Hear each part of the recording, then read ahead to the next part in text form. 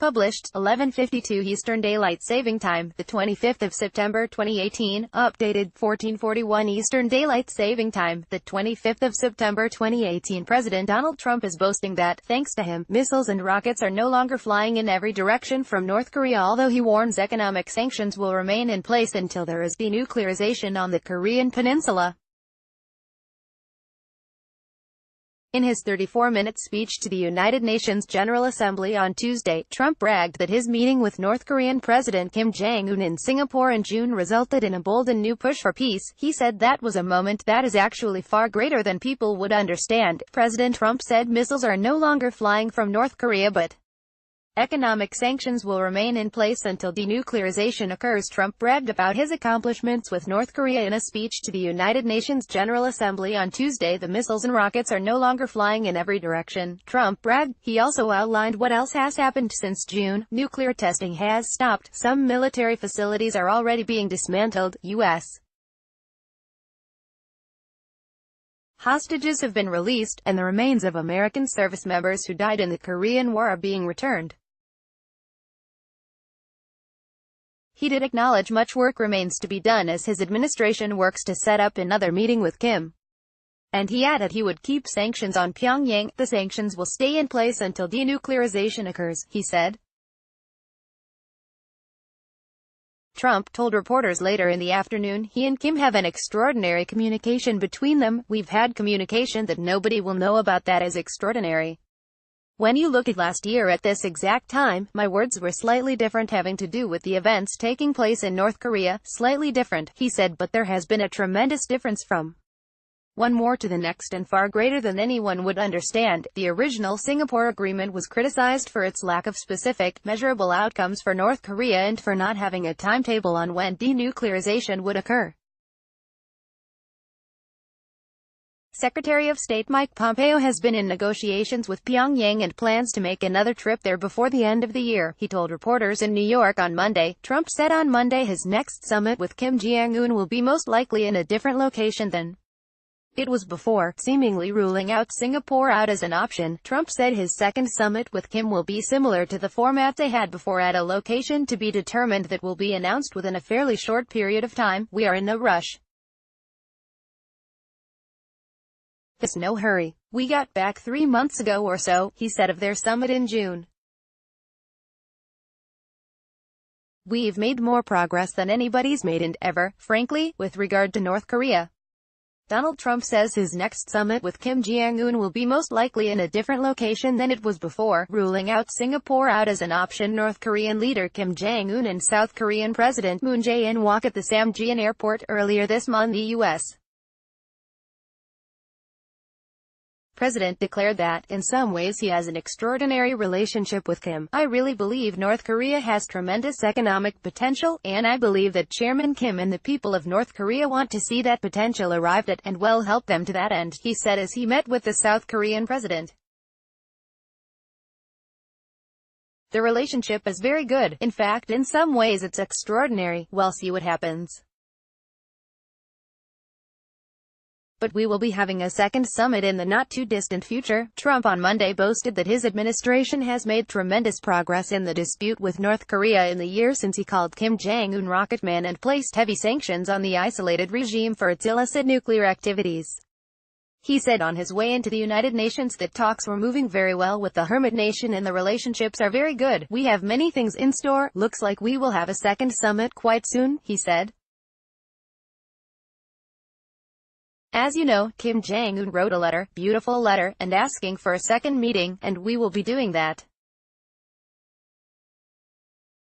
Trump also boasted Monday that his administration has made tremendous progress in the dispute with North Korea in the year since he called Kim Jong-un Rocket Man and placed heavy sanctions on the isolated regime for its illicit nuclear activities. Man of the hour. President Trump is seen here departing a counter-narcotics event at the United Nations General Assembly on Monday. Trump talked briefly about the critical steps to combat the global drug problem that the U.S. and its allies are taking at the televised session. President Trump confers with UN Ambassador Nikki Haley during the Global Call to Action on the World Drug Problem event at the United Nations this morning. He has an open afternoon before he meets with South Korean President Moon Jae-in. We have many things in store. Looks like we will have a second summit quite soon, Trump said on his way into the UN.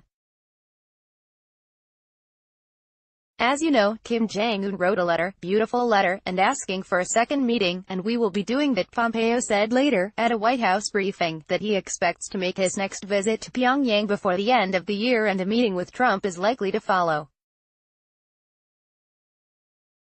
Lord willing, I'll be traveling before the end of the year, he told reporters. Trump said that U.S. Secretary of State Mike Pompeo will work that out in the immediate future. He added, looks like it's moving very, very well. Tremendous progress on North Korea. Since we got here, it was a different world. That was a very dangerous time. This is 1 year later, a much different time, Trump said. The president briefly spoke to press about North Korea on his way into the United Nations on Monday for his first meeting of the day, a U.S.-led forum on counter-narcotics efforts around the globe. He commented on his way out about his under-fire Supreme Court nominee who was hit with 2 new sex assault allegations on Sunday night. We should look into the lawyers doing the representation. Judge Kavanaugh is an outstanding person and I am with him all the way, he told press. And for people to come out of the woodwork from 36 years ago and 30 years ago and never mentioned it. All of a sudden it happens. In my opinion, it's totally political. It's totally political, Pompeo said later, at a White House briefing, that he expects to make his next visit to Pyongyang before the end of the year and a meeting with Trump is likely to follow. Lord willing, I'll be traveling before the end of the year, he told reporters. He declined to detail reciprocal action to dailymail.com that the U.S. would be willing to take to secure a nuclear deal during the briefing, while asserting that sanctions will stay on Pyongyang until it completely and verifiably ends its nuclear program. We're not going to talk about the state of the negotiation. It would be inappropriate for us to do that or our North Korean counterparts to talk about particular deal points, things we're working on, he stated, but the fundamental principles remain the same. We expect the full, complete, verified denuclearization of North Korea, Pompeo added. Until such time as that occurs, the economic sanctions, the sanctions that have been put in place by the United Nations Security Council, will remain in place. Trump said that U.S. Secretary of State Mike Pompeo, pictured center-right, will work out a time for him to meet with Kim Jong-un again soon. Trump is meeting later on Monday with South Korean President Moon Jae-in to get a readout of his meeting last week with Kim. Talk to the hand. President Trump refused to answer questions about Supreme Court nominee Brett Kavanaugh on the way into the United Nations. He commented on the sexual assault allegations against on the way out. Trump is meeting this afternoon with the South Korean president.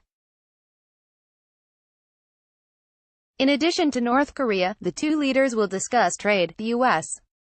President had a working dinner with a Japanese Prime Minister Shinzo Abe as soon as he arrived in New York on Sunday evening in the building that was once his office and residence. The meal was closed to press from both sides, but pictures distributed by the U.S.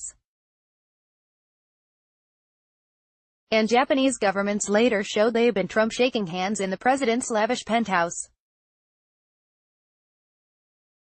Trump said in a tweet on Sunday night, before the meeting, that they'd be talking about the military and trade, in a nod to Japan's long-sought-after agreement for a formal economic relationship with the U.S. We have done much to help Japan, would like to see more of a reciprocal relationship. It will all work out. Trump said. Trump met Japanese Prime Minister Shinzo Abe, and had a working dinner at Trump Tower on Sunday night. The dinner, at which North Korea was a likely topic, was closed to press. Abe shared a picture of the pair on Facebook. Donald Trump arrived on Marine One in downtown Manhattan Sunday with a luxury motor waiting for him. The American leader returned to New York Sunday to attend the United Nations General Assembly. The billionaire president was spending his first night in New York since September of 2017. He also slept in his apartment in August of 2017 during a working vacation, making this week just his third visit to his Manhattan apartment since the beginning of his term. Heavy security and traffic closures were expected across New York City all week to accommodate Trump and other visiting leaders. Trump is making his second appearance at the United Nations this year, where he will deliver a speech and preside over a Security Council meeting in addition to one-on-one sessions with world leaders. Trump's grand arrival in New York was the beginning of several days of important meetings. His vehicle at downtown Manhattan heliport was decorated with flags and was parked beside a fire department New York truck. The motorcade carrying U.S. President Donald Trump could be seen moving along the FDR Drive on Sunday ahead of the United Nations General Assembly in Manhattan on Tuesday. The president is staying at Trump Tower, which was his home before he moved into the White House, for 4 days until Thursday when he goes to D.C. Police stood guard Sunday night and dump trucks were parked in front of Trump Tower as a security measure against protesters during the 73rd session of the UN General Assembly September 24. President Trump will make a global call to action on the world drug problem at a counter-narcotics event that he's co-hosting with United Nations Secretary General Antonio Guterres. Later he will host a reception for heads of state visiting his home city Virunga, September 25. The U.S. President will deliver remarks at the 73rd session of the United Nations General Assembly. He will also have a pull-aside with Guterres before attending a luncheon hosted by UN Secretary General. President Trump will have another parade that afternoon with this year's UNGA President Maria Fernanda Espinosa before he attends U.S. Ambassador to the UN Nikki Haley's Security Council presidency reception. September 26, the president will chair a United Nations Security Council briefing, where members will discuss their counter-proliferation efforts. Shinzo Abe holds a special place on the list of leaders that Trump will meet with, having been the first head of government to fly to New York to meet him at Trump Tower after the real estate tycoon's 2016 election. Japan is also a key partner for the United States in the Asia-Pacific, where the United States is engaged in an escalating trade dispute with China while navigating a tricky disarmament agreement with North Korea. Abe was just re-elected himself in the past week, a feat that Trump congratulated him for on Twitter, but Trump also signaled that he wouldn't let their friendship or security relationship get in the way of trade rules he believes are fair to the United States. He has taken the same approach to his talks with Xi Jinping of China. Trump and Abe have much to discuss since their last meeting at the G7 summit in Canada in June. Trump traveled straight to Singapore to meet with North Korean dictator Kim Jong-Un. A year ago at the General Assembly gathering, Trump derogatorily referred to Kim as Rocket Man in comments that critics of the new president's in-your-face style worried would start a nuclear war. He introduced tough new sanctions on North Korea at the conference, as well, and vowed to keep maximum pressure on Kim's government until it stopped building nukes.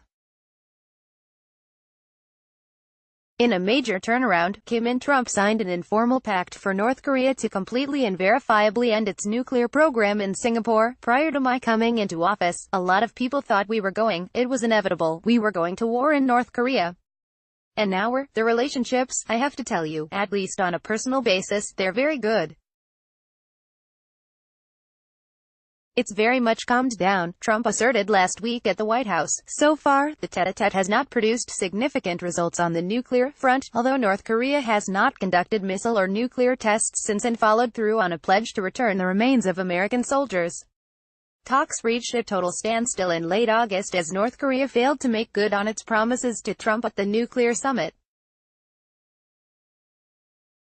They were considered back on track by the administration this month after North Korea opted not to use its Founders' Day parade to show off its arsenal as it had done in years past. The fact that the two leaders in Korea both shook hands and said they want to denuclearize and they want peace, that's no small thing.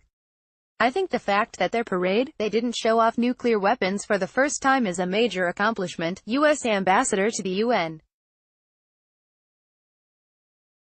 Nikki Haley told CNN on Sunday. Trump announced that he would be having a working dinner with Japanese Prime Minister Abe on Sunday night in Trump Tower. Japan is also a key ally for the United States in the Asia-Pacific, where the United States is engaged in an escalating trade dispute with China. Abe was just re-elected himself in the past week, a feat that Trump congratulated him for on Twitter last week. Trump otherwise received a letter from Kim that he says revealed the tremendous progress the nations have made in the past year. His senior aides like Haley and Pompeo are optimistic yet cautious of the overtures from Kim. "Look, we are far from reaching the end of this," Haley said Sunday. "We have to both make sure that North Korea knows what we mean by denuclearization. We have got to make sure we enforce sanctions, because that's what brought them to the table in the first place." Her comments echoed State Department spokeswoman Heather Nauert's proclamation on Thursday that in order to get to the denuclearization of North Korea, sanctions must be enforced. "We cannot let our foot off the gas." Pompeo was expected to meet with his North Korean counterpart, Ri Yong-ho, this week in New York. A second summit between Trump and Kim, he says, is soon to follow. "It's in the works. We're hoping everything falls together and it makes good sense here before too terribly long," he told the BBC in an interview on Friday. Trump will in the meantime meet with South Korean President Moon Jae-in, who is fresh off his own summit with Kim. The leaders of the two Koreas clasped hands victoriously, shared hugs and announced a joint bid for the 2032 Olympics at the conclusion of a meeting last week in Pyongyang. Kim credited Trump for generating regional stability at the finale of his three-day summit with Moon, their third set of talks since South Korea hosted the Winter Olympics in February. The country's athletes entered the arena under one flag at the opening ceremony. Moon and Kim agreed at the summit to new steps that the North would take to denuclearize, specifically the closure of the Tongchang-ri facility, which the U.S. says would be independently supervised. Kim said he would be willing to close a second site, at Yongbyon, if Trump takes reciprocal steps that were left unspecified but are assumed to be referring to sanctions.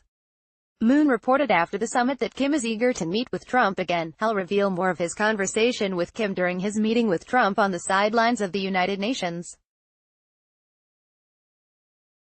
Trump will also hold private talks with French President Emmanuel Macron, British Prime Minister Theresa May, Israeli Prime Minister Benjamin Netanyahu and Egyptian President Abdel Fattah el-Sisi while he is in town. The president is meanwhile avoiding sit-downs while he's in New York with U.S.